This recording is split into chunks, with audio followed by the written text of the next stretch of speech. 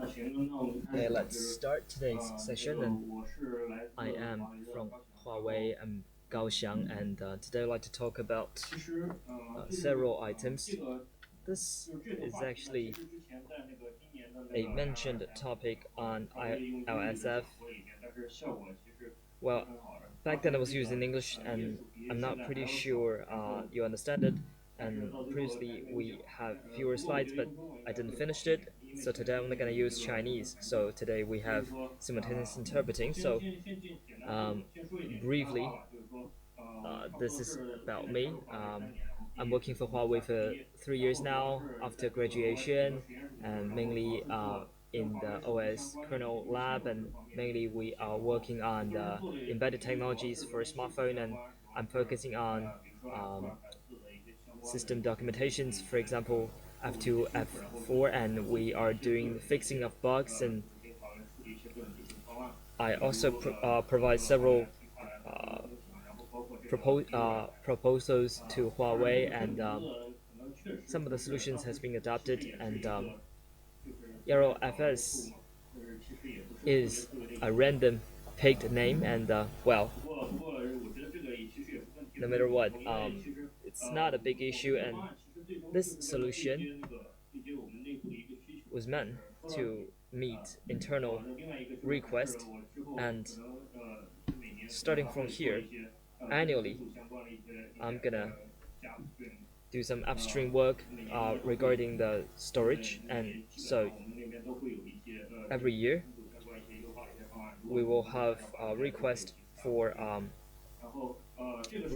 storage optimization, so it's relevant with upstream. So this is what we do yet last year, and we're meeting demands in the marketplace, and the largest one is that for the low-end products, some of the 16 gigabytes are still making deliveries, and that's targeting for developing countries markets, and the storage is pretty limited. It's around 16 gigabytes. Is pretty small or lower, and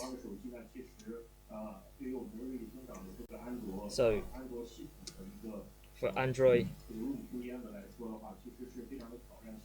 room, which is growing for Android, so this is a challenging issue. Upon getting the smartphone, actually the storage space is pretty limited. It's not very good for user experience, and so judging from me, I think that we need to find a better solution,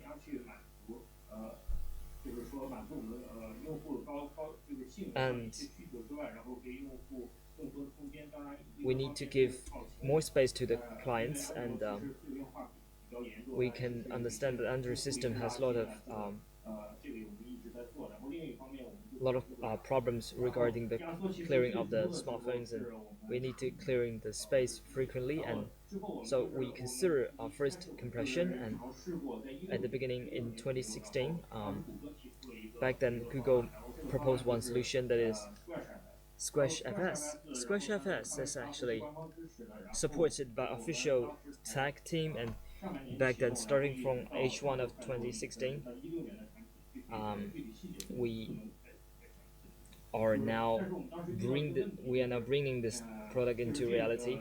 I won't go into great details here, and all the smartphones, if we installed squashfs into smartphones, then there are still other problems, but we have foreseen that, and still Google chose squashfs to do the compression for smartphone space, and finally we select to focus on read-only storage space, and UFS this year just do the same. On ATC 2019 meeting, they released a thesis saying that generally speaking, they introduce more information, they give you more information about this solution. Uh, Next month we will release this version, and lots of the commentators asked us, why are we trying to do this read-only compression? Well, read-only compression is a very simple solution, I think. But still, why are we not choosing other more complicated solutions? Well, first we are meeting demands. Well, if we want to support read and write, and if we want to support I/O pattern, then the compression won't be as effective.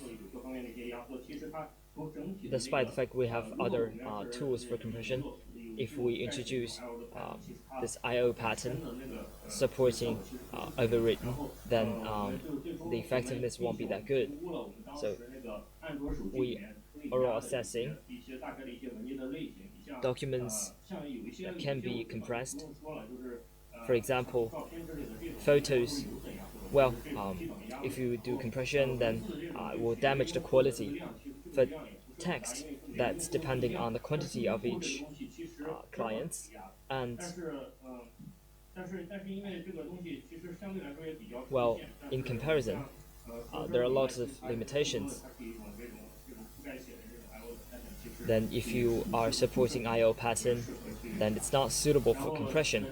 And finally, as we can see, we can only focus on binary documents and sharing libraries. Most of them are read-only files. So finally, we choose to focus on read-only files to do compression. So we basically simplify the issues that we face. So last year, we started the implementation of this project. That's why. And finally, we choose a solution which is in accordance with the solution provided by Google in 2016. We introduced squashfs. We discovered a lot of issues. For example, the overhead of memory is pretty serious, and like I've mentioned,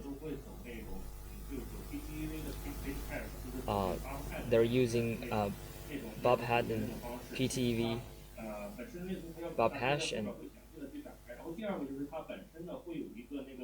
also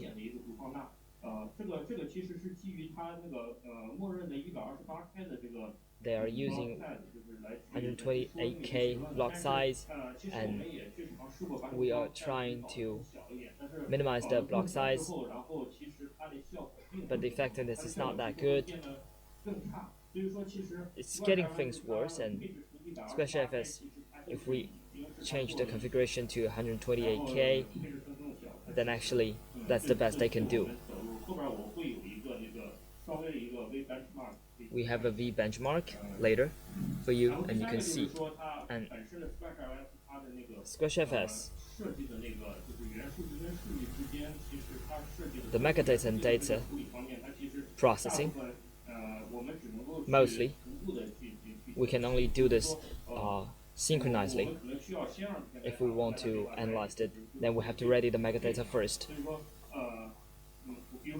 For example, if we do the computing for compression, then well, actually we have to measure the size of the compression blocks, and we have to focus on its final input, and we have to prepare for the read ahead, and it's not very good for the implementation of performance. And Google has already optimized the squashfs, but there are other indexes that's being damaged, so that's why we're not adopting the squashfs solution. And finally, we raise one question: apart from these issues we have encountered, is there any other ways for us to improve the performance regarding compression and decompression?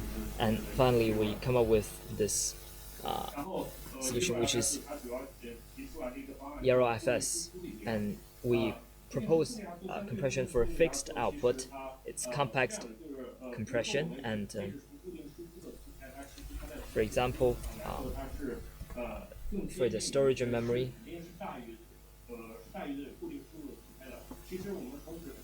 it is better. And in next page we will see that the overall compression rate is around 8K, and the density has been improved greatly.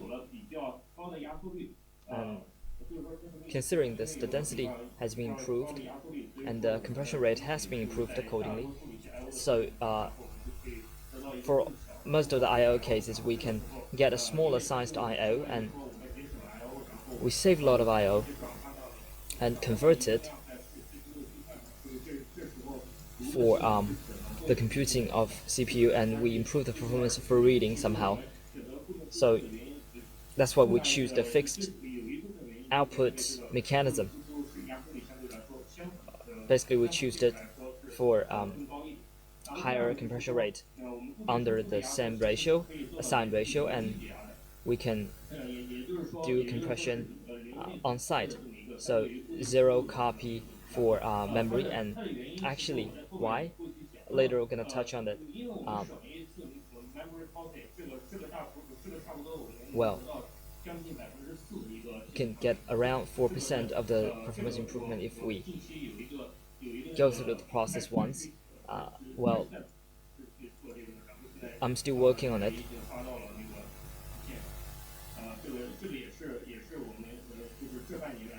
This is what we're doing in this past 6 months, and also,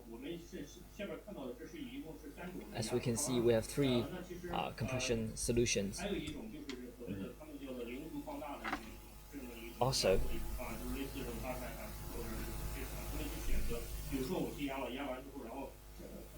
after the compression, for what's left in the cluster, we will not use it, and we can still deliver that. And against this scenario, it's not necessary for us to do it. There's one issue. If we choose a smaller sized compression block, then some of the data, the compression rate is pretty low.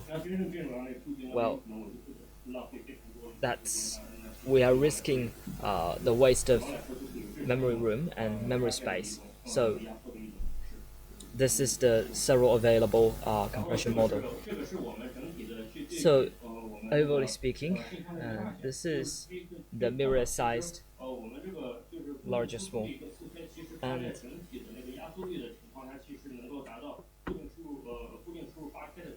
we want to achieve the fixed rates output, which is 8K, and so we can deliver 4K to and change it, convert it to 8K. But if it's starting from 8K, we can bring it to 12K, and so the storage rate is way better than 4K, and it's around 8K. So later we will have a sequential analysis, give you an overview, and we can make a comparison, and you can see the difference. So upon delivering this mirror, and this is the analysis we've done, and still we're focusing, and we're still following the instruction from I/O, and so the performance is not that good. And fixed output for compressed document system, we have two ways to do decompress. First, like squashfs. First, we read all the compressed data into the quick device, for example, using the interface of Bobhead. And finally, the second way is to read all the compressed data to immediately buffer and decompress, for example, to btrfs, and release it later. And for these two ways, first, it might cause some interrupt in page crash, and for example, if we choose squashfs, then we choose then fixed input of 4K, and then that will be around 50% of compressed data of the original file are added into the page cache. LRU list as well, and it's hard to compress the documents directly if some of the compressed pages are reclaimed. That means we're gonna consume more memory. Then that's bad for customer experience. And if we are putting in squashf LRU list, if we add a lot of these documents into it, compared with the uncompressed parts, then we are causing disruption, and that's for path number one and path number two. If it's fixed output and fixed input, some of the compressed data might cross the boundary of storage.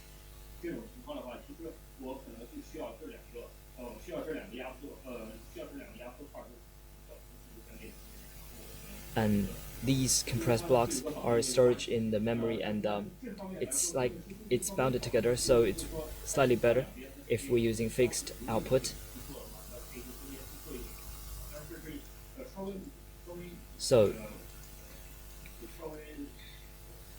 this is slightly better. I think this is an option.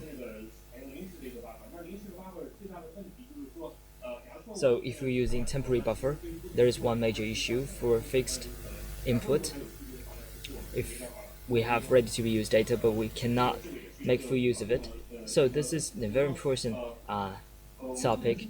So if we're using fixed output, judging from the compressed block, this 4K or the whole compressed block, it can be decompressed fully, and we can choose other strategies to handle this compressed block. And the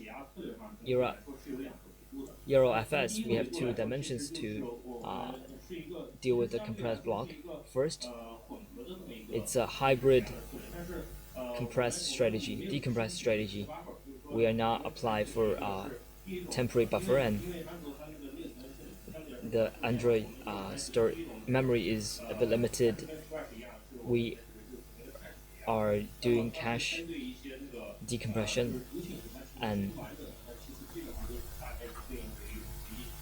so it's random selection in decompression process. And second, we're using EFS-IO, and this compressed block is fully decompressed. Then we're using EFS-RO to do the decompression, and EFS-RO are basically doing multiplexing and avoiding application for a temporary buffer, and the EROFS-IO can also serve when we're doing the on-site decompression. So this is the first solution that we can adapt, and second is that we can do synchronized and asynchronized decompression, and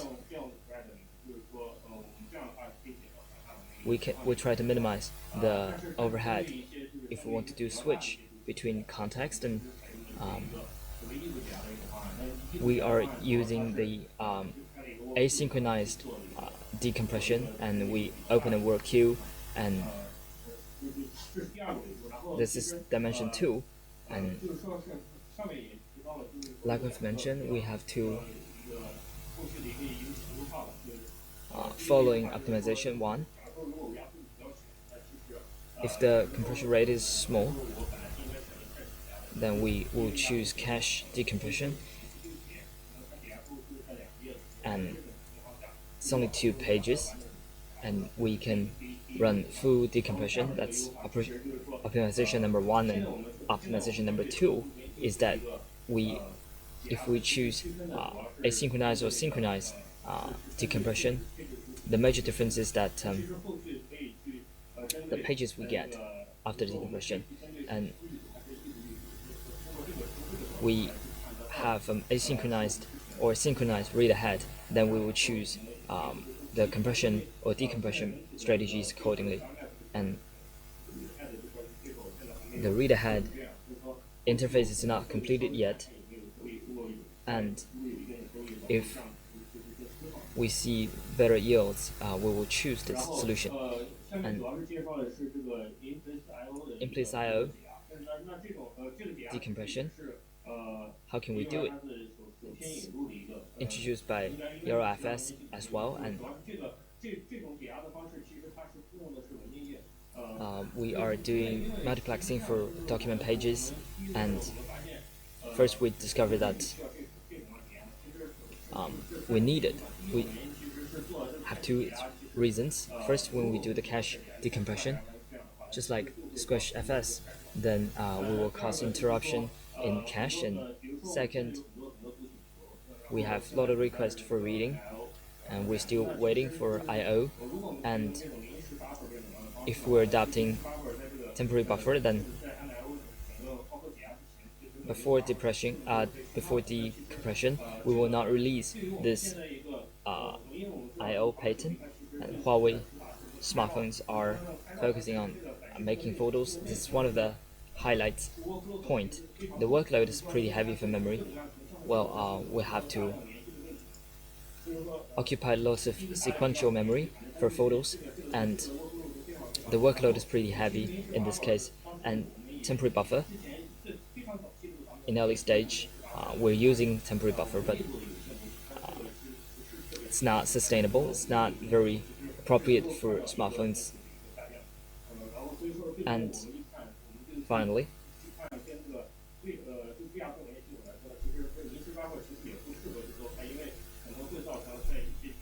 so in extreme cases, might cause the occurrence a lot of temporary buffers, and that's why we choose the other solutions.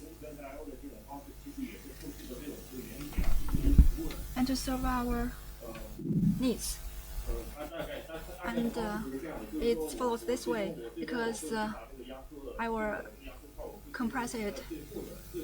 Yes, for the last part. For the last part, if you can see this is continuous, yes, we can see the last page of it will be my target because it's not compressed yet, so it can be copied. This is the in-place I/O decompression introduction, and we introduce another sign that is decompression in place. We know that for LZD7, this decompression algorithm, it can support in-place decompression. It is actually, to put it simply, the sequence after the compression is shorter than the sequence after the decompression, and but in theory, we need to have the boundary calculation. So we actually introduced a prediction condition. We want to make the compressed block to make it in the last part, and we will detect the boundary value. If it the OM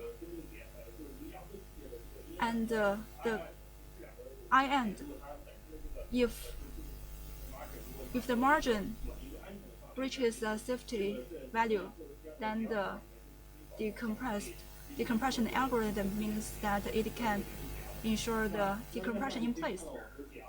We can see that the decompression method, we have this in-place I/O. Based on this decompression, if it's not safe, we will use a process viewer buffer, and we will put it in the process viewer buffer.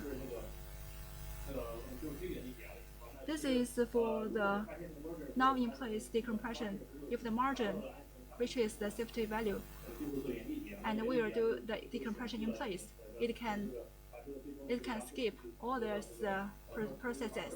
We can put it in this buffer, and we will skip some issues.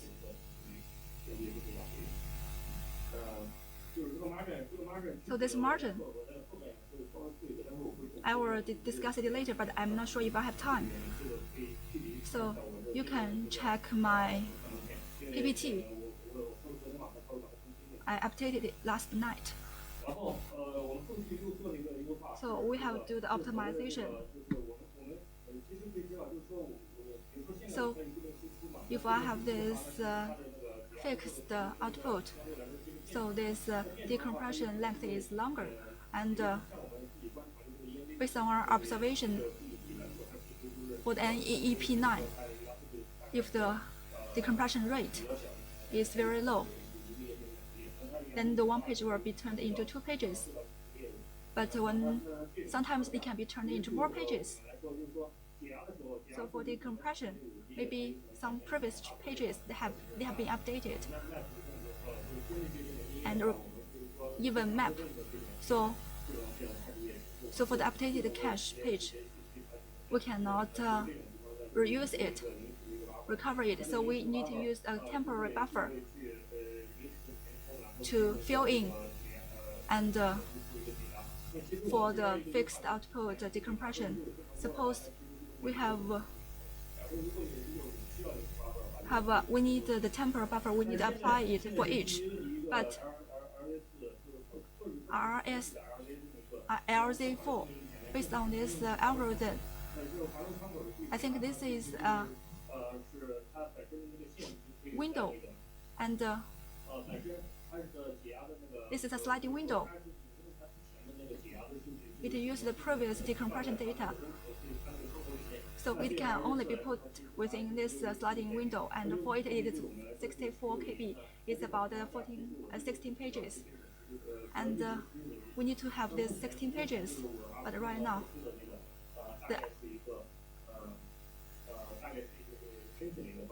this is the kind of application plan, the plan we have applied. So we need to check it in detail whether in its actual use. This is for the decompression of the memory, and I want to talk about EROFS. It's on disk. EROFS is actually apart from the compression. It is designed for the read-only, and the metadata can be designed very simple. And yes, this character size is 4K block size, and the metadata can be mixed with the data, and so we have flexible enough for MKFS to play with it, and to effectively make use of the space. We have the 2 versions of INOS, but it's not sure why if some byte can be shared, and there's a difference in the length. Yes, we have the timestamp.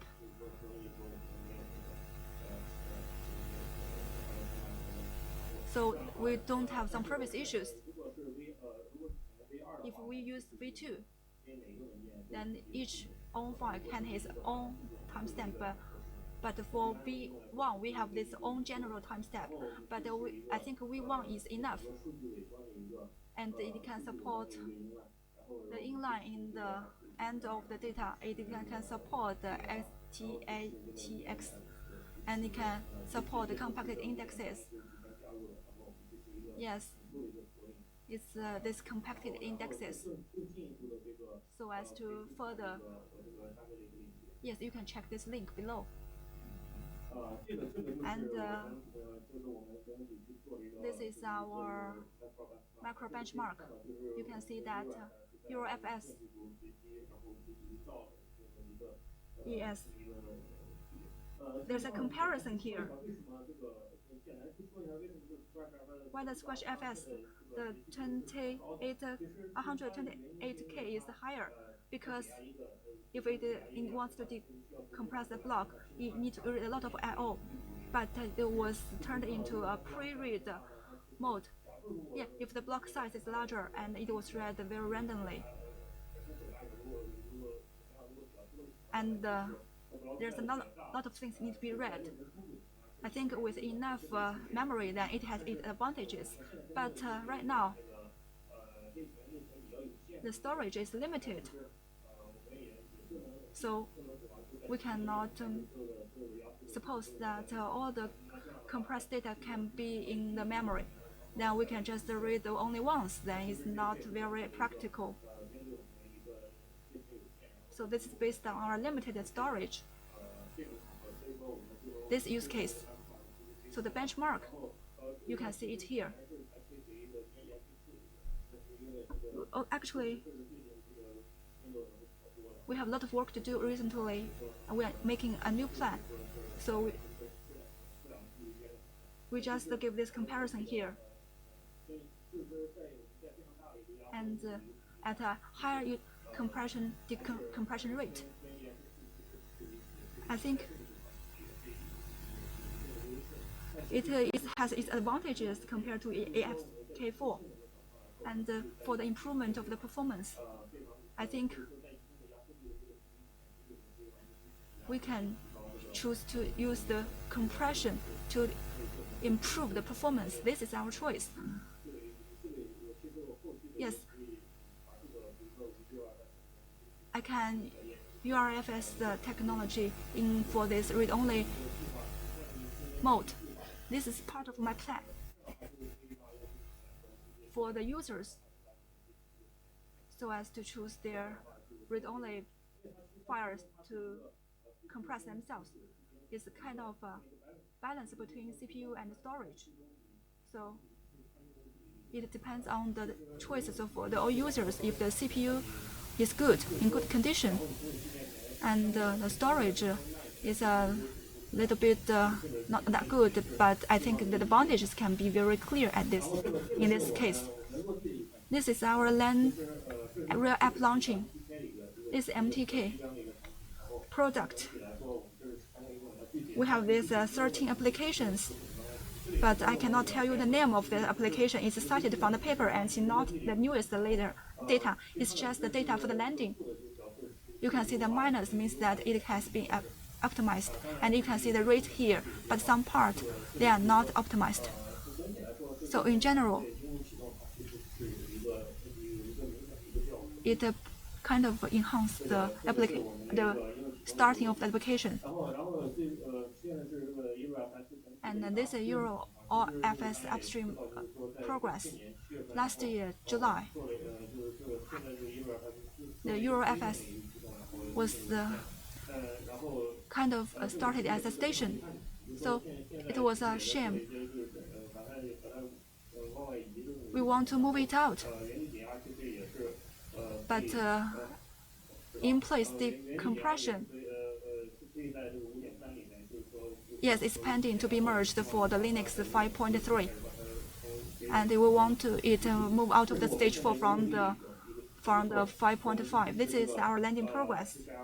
We support LZ4. Yes, we optimize it. And it has been landed in the version after 9.0.1. And it has been launched into the market, these new products. So the in-place decompression will be used in our new products. And I hope to upstream to USP. But we need time.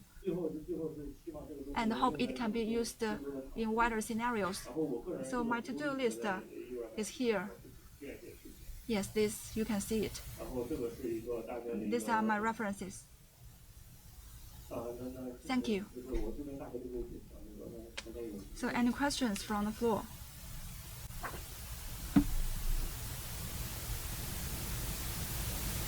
I have a question. I have seen it in news. EROFS is moving very fast. So is it for the reading of the compressed file or plus the time of the decompression? Yes, it plus the time of decompression.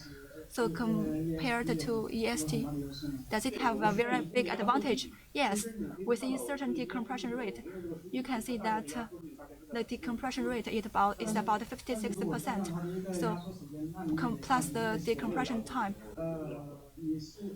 So how can you do it? So different files have a different decompression rate. Yes, this is a range I give you within a certain level range of the decompression rate.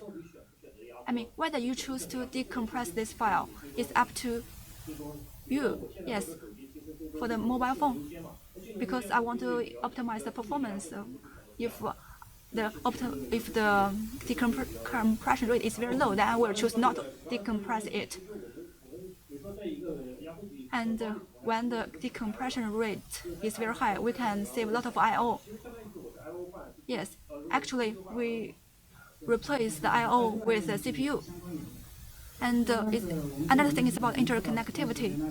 If the system can auto detect another system, so can we just skip the compression part? Yes. When we are compressing it, we can try for the different compressed block. We can tell its compression rate, whether the rate is within our reach. Then we will try to compress it. Yes, we will try to compress some part of the file and try not to compress some part of the file. Yes, you will try to figure it out whether you can compress it ahead. Yes, and we have this backlist, some extension name. We will try not to decompress it, compress it. Yes, I mean I plan it ahead. I think Android has its own extension name, and for our traffic of the mobile phone is becoming larger and larger, and the transmission rate is becoming higher and higher. How can you see the EROFS is trend? Yes, based on our EROFS, it's a 3.0 speed. Actually, it meets our expectations. In terms of the yields, I think there is not a big change. You can see that, yes, I will show you in my PPT. It has advantages compared to not compressing it. I mean, the compressed file can be read faster than that without being compressed. You can run it yourself. You can try it yourself. The CPU, the high-end products, the CPU is getting stronger and stronger yearly. And for the low-end products, you can see the configuration rate.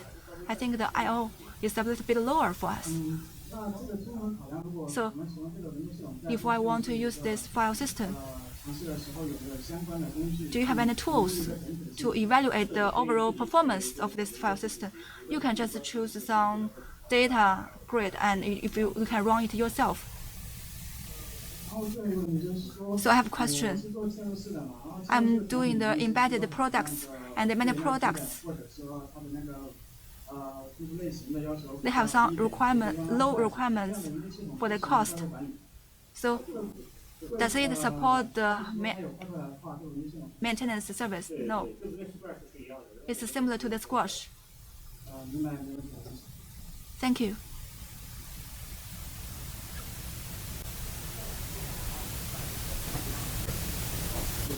Thank you, everyone.